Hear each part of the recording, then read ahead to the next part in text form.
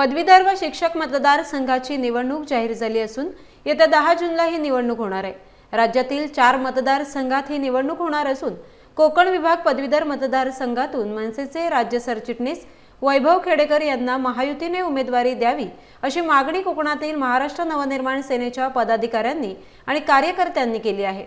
कोकण पदवीधर मतदारसंघातून महायुतीकडून यावेळेस मनसेचे राज्य सरचिटणीस वैभव खेडेकर यांनाच उमेदवारी द्यावी अशी आग्रही मागणी करताना या संदर्भात कोकणातील प्रमुख मनसेचे पदाधिकारी लवकरच मुंबईत जाऊन मनसे अध्यक्ष राज ठाकरे यांची देखील भेट घेणार असल्याचं सांगण्यात आलंय।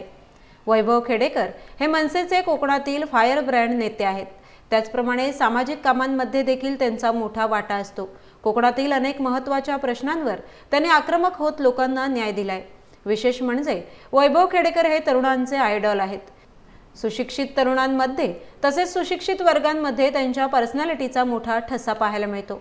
वैभव खेडेकर यांनी विद्यार्थी सेनेमधूनच राजकारणात प्रवेश केला आहे। ते पदवीधर आहेत।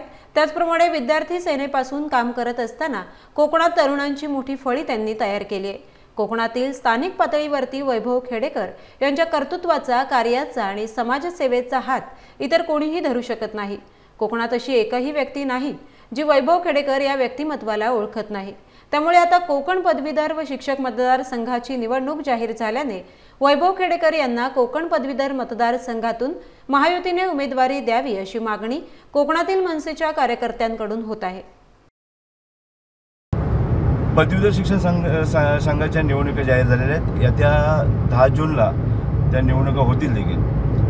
आमच्या सर्व महाराष्ट्र सैनिकाची, कोकणातील सर्व महाराष्ट्र सैनिकाची एकच इच्छा आहे की महायुतीकडून सन्माननीय वैभवजी खेडेकर म्हणजे महाराष्ट्र राज्य सरचिटणीस माजी नगराध्यक्ष वैभवजी खेडेकर साहेबांना ही उमेदवारी जाहीर व्हावी असं आमच्या सर्वांचा मानस आहे। आणि महाराष्ट्र नवनिर्माण सेनेचे संस्थापक अध्यक्ष, मराठी हृदय सम्राट व आमचे दैवत सन्माननीय राजसाहेब ठाकरे हे आम्हाला योग्य ते न्याय देतील आणि आमची ही इच्छा देखील ते पूर्ण करतील।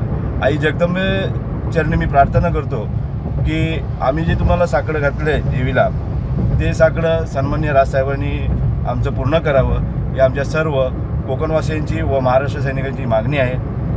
येत्या 10 जूनला कोकण पदवीधर संघाची निवडणूक जाहीर झालेली आहे। तरी महाराष्ट्र नवनिर्माण सेनेचे सरचिटणीस आदरणीय वैभवजी खेडेकर साहेब यांना ही उमेदवारी जाहीर व्हावी अशी महाराष्ट्र नवनिर्माण सेनेच्या कोकणातील बहुसंख्य पदाधिकारी व कार्यकर्त्यांची इच्छा आहे। मराठी हृदय सम्राट आदरणीय राजसाहेब ठाकरे यांच्याकडे आम्ही सर्व पदाधिकारी हे त्यांच्याकडे साकडं घालू आणि मला खात्री आहे की 100% त्यांना ती उमेदवारी जाहीर होईल। कोकणातील फायर ब्रँड नेते अशी आदरणीय वैभवजी खेडेकर साहेब यांची ओळख आहे।